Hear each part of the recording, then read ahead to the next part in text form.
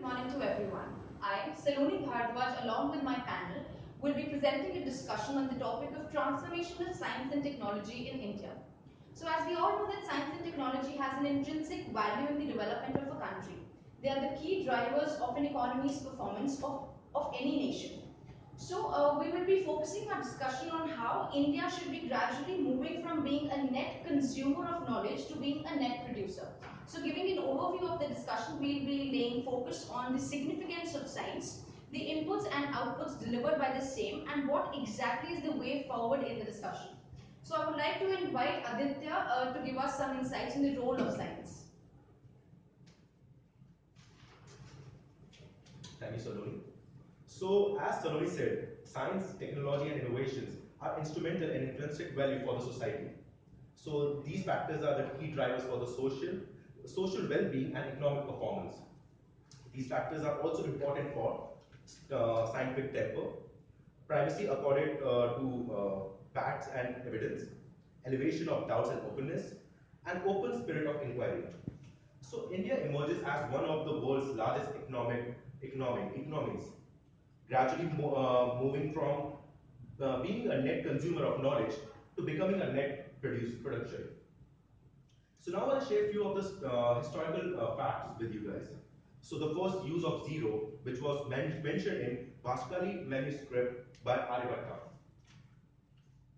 Other stellar contribution made by C.V. Raman, S.N. Bose, and Ramanujulu. So now I'll discuss about the present independent Indian facts, like nuclear energy program, hybrid seas program, given that underpinned the Green Revolution, and various space program, that is like Mangalyaan, which was a very cost-effective and high-tech research program. So Indian vaccines and generic drugs have saved millions of lives around the world. So now, since we have lots of potential and caliber amongst our youth, still this scientific research field is not that much growing. So there is a reason, like given slow pace and expansion of scientific research and knowledge, on the other hand, high importance given to careers such as engineering, medical, government jobs. So we need to do something like how we can attract young youth towards the scientific enterprise. So not only this will help us in most of the Indian pressing development challenges. In addition to that, maintaining a decent open society. Other than this, all these factors help us in maintaining Indian security as well, like human security for its population, climate change issues, and national security challenges from new emerging threats across the borders. So I would like to tell you a few facts about related to the budget and what government are trying to do to enhance this field. So India's science and technology program may see marginal more funding in 2018 and 19 according to our Prime Minister Modi's proposed budget. So, at the same time, government focusing on internet and healthcare programs rather than basic science. So I would like to tell you a few facts, few statistical facts, which have been given to different science and technological departments. So Department of Science and Technology, that is DST, is given 8%. Department of Biotechnology is given 7%. Department of Scientific and Industrial Research is given 4%. And at the same time, government is also trying to train people in different fields like robotics, artificial intelligence, big data analysis, and IoT, Internet of Things. But last but not the least, Prime Minister Modi Research Fellowship Program is also given to 1,000 undergraduate engineering students, which will definitely boost up their confidence to be the part of such an interesting field. Thank you. Right. Thank you, Aditya. I believe you've explained us pretty well as to how the transformational journey of science and technology in our economy has been like. I would now request Shweta to come up on the podium and discuss the importance of expenditure in the field of research and development. Investments in Indian science, measured in terms of gross expenditure and R&D, have tripled in the last decade. As a fraction of GDP, public expenditures have been stagnant at 0.6 to 0.7% of the GDP. About 3/5 of the public investment is spread across the key government science funding areas such as atomic sciences, science and technology, earth sciences, and biotechnology.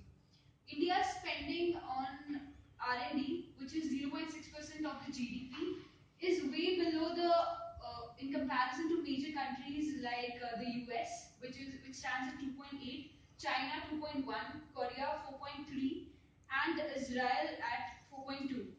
In most countries, we see that the private sector is the one which carries out the bulk of R&D, and it's the government who is majorly spending on R&D. Whereas in India, if you see the scenario, it's the government who is spending on the R&D as well as is the prime user of it. 26 Indian companies out of 2,500 global companies are the ones who stand in the Indian scenario, who are the major spenders on R&D, in comparison to 301 Chinese companies, and you see that the Indian companies are way below in comparison to China.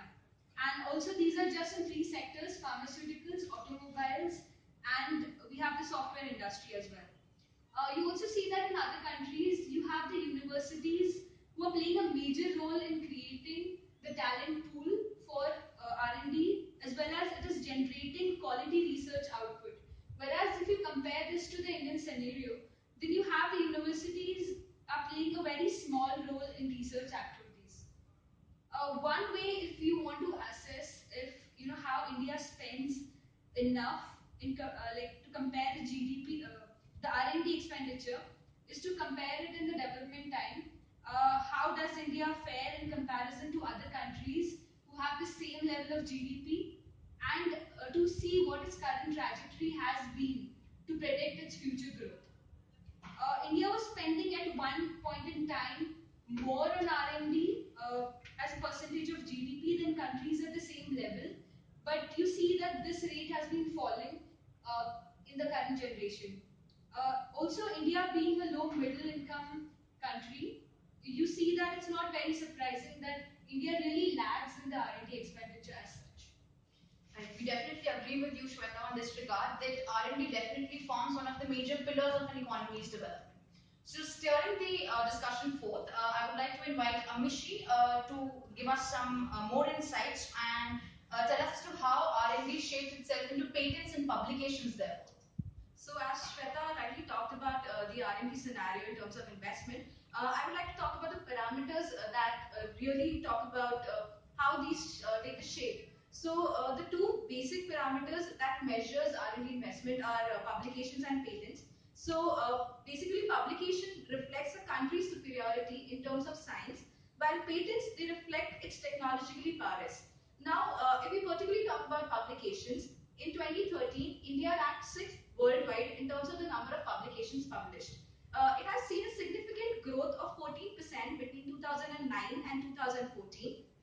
For this, a major catalyst has been the emphasis on research papers by faculties, academicians, scientists for promotion and appointments in various colleges and research levels. But there has been a significant downside to this as well, which being that there are many publications which are non-peer reviewed for a substantial fee. But basically we talk about the quality which is measured in terms of high citations, India still lags behind. Though it has really steered in terms of the number of publications, but the quality is still a lackluster. If we talk about India, it has 191 highly cited publications, whereas US leads the pack with 3,137 high citations.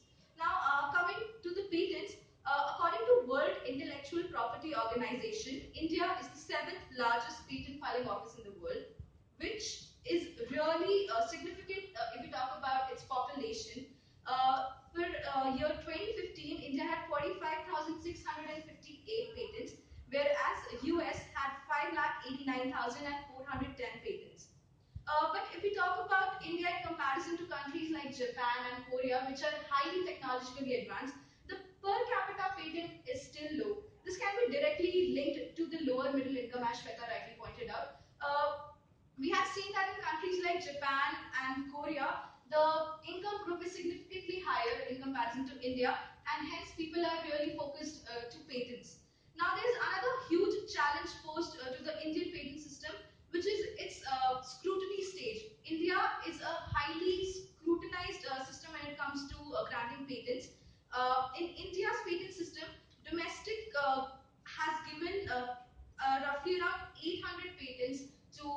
national, whereas foreign universities have granted 5,000 patents to Indian national. And there's again a different reason to this. We have seen another fact, which is in 2016, out of 13,000 patents filed in India, only 1,000 were granted. This is a huge challenge again for us. So on an ending note, I would like to conclude by saying that India needs to incentivize innovations, if innovators and innovations, if it needs to steer this growth. Right. That's perfectly correct. Amishi, as just you mentioned that you very well explained us and acquainted us of the patents and the publication scenario in our country. Steering the discussion forth, I'd like to invite Mr. Anand on the stage to help us know as to what the focus area and the way forward is going to be like. Alright, so with all the information and facts we've discussed, clearly India needs to double its efforts in improving science. Now this can be done by doubling its national expenditure on the R&D. Now the majority of the investment that has to be steered should come from the private sector and should be initiated by the state governments. Now there are certain efforts that we need to inculcate in order to overcome this situation. Number one, this could be improve maths and cognitive skills in students at school level. Now, no one can actually create a vibrant structure without a strong foundation. So India actually has significantly improved in primary as well as the secondary education, but the learning outcomes is what they lack in. Now, the second point that I want to cover is to encourage investor-led research. Now, India needs to have a greater share of investor-driven model in funding research projects. Now, in 2008, Science and Engineering Research Board sanctioned around 3,500 R&D projects to individual scientists. This was a very great initiative, but it needs to move forward with greater amount of resources and certain creative governance structures. Now, the third point that I want to discuss is the increase of funding for research from the private sectors as well as the state governments. Now, India is moving towards innovation, and yes, rapidly moving towards innovation. With it, India is scaling greater heights. Now, the current tax law already supports the CSR initiative and the the investment into R&D. Even the government has to contribute to to create new opportunities which are in the line with interest of both parties. Now the final effort that has to be inculcated that I want to discuss is the link between national labs to universities, which creates new knowledge ecosystems. Now, the Indian scenario is such that universities has great students, but they lack in great and quality faculty systems. But it's not the scenario in the research institutes. We have great faculty, but the bright young minds don't want to pursue this field. A closer relationship between these two can actually help nurture us what the research and bring about change in India. Right, thank you, Anand. I believe Devatta would like to add to the same pointers. Right, so I completely agree with what Anand said. Now, when we look at India, there's a lot of acceptance and embracing technology and science. But what is lacking is a clear structural approach. Now, that is where I feel there's a huge vacuum and there's a lot of room for improvement. Let's talk about, let's say, how the Indian scientific community actually works. If you look at any developed nation like the US or the countries in Europe, there is a lot of collaboration and a lot of openness in terms of the research which goes on between the scientific community and the public. The public actually knows what type of research is presently ongoing and what are the potential benefits of that research. Cut to India, the scientific community actually works quite removed from the public, and they don't actually share information to the public, which will help them secure number one, goodwill, and number two, the funding which is very badly required by them. So going forward, I feel the scientific community should be more open in terms of the research which they're doing. They should communicate to them what research is ongoing and what potential benefits they will derive from that research. They can do that using both traditional media and the digital media platforms which are coming up nowadays, by conducting tours across the country, and very importantly, by actually engaging with the young students via lectures in colleges and schools.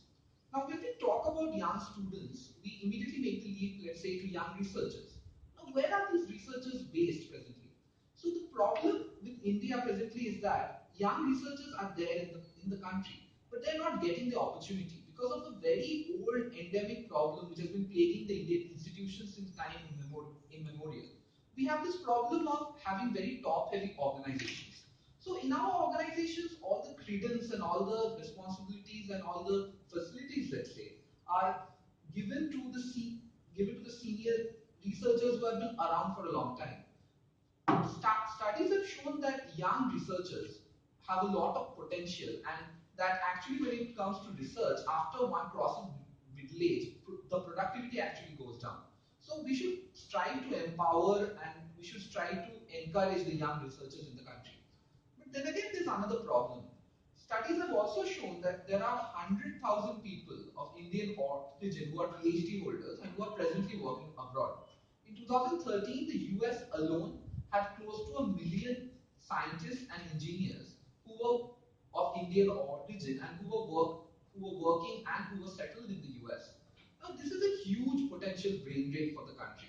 We have lots of potential, and India falls in that very select group of countries who have this dubious distinction of having more talent outside the nation than within. This needs to be addressed and needs to be addressed very quickly. Now, if we move on to specific focus areas, I believe Anand talked about collaboration between the public and the private sectors. Now, there are very specific focus areas where both the public and the private sectors need to come together to bring India's scientific ambitions to fruition.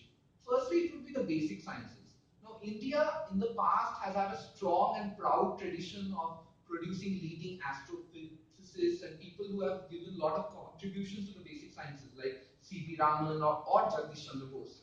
Nowadays, that is very lacking. We see the inclination shifting towards engineering. That, while good, needs to be stemmed to a certain extent, and the focus needs to go back to basic sciences.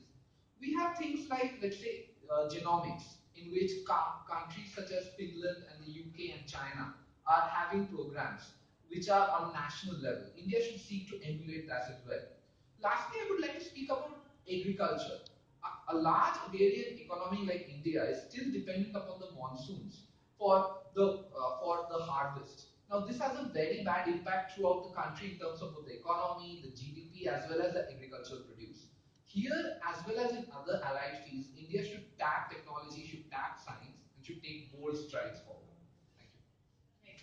So having identified from what Anand and Devata mentioned, we've basically come forward to conclusion that there needs to be some structural changes and better communication to ensure that there's a better relation between the scientific contents and the public.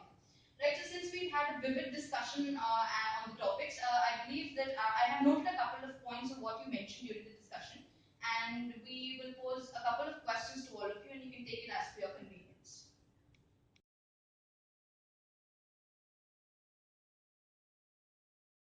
As you mentioned in the discussion that the number of patent applications, which are nearly 13,000 in its initial stages, has stooped down to a mere 1,000. So what do you think have you identified as the basic reason for such a number, for such a differentiation? I would like to answer that question. So the basic difference or the basic reason for such a huge gap is the unavailability of manpower. For manning such a huge number like 45,000 plus number of patents, there are only 132 examiners to grant such patents. So this creates a huge backlog for the people as well, as there are some roughly around 2 lakh plus patents yet to be granted. But there has been a welcoming change on this note, as the government has decided to recruit 450 approximately more examiners to convert to grant the patents. So I believe you're wanting to lay focus on the fact that manpower was the basic reason as to why is there such a disparity in the numbers. Yes.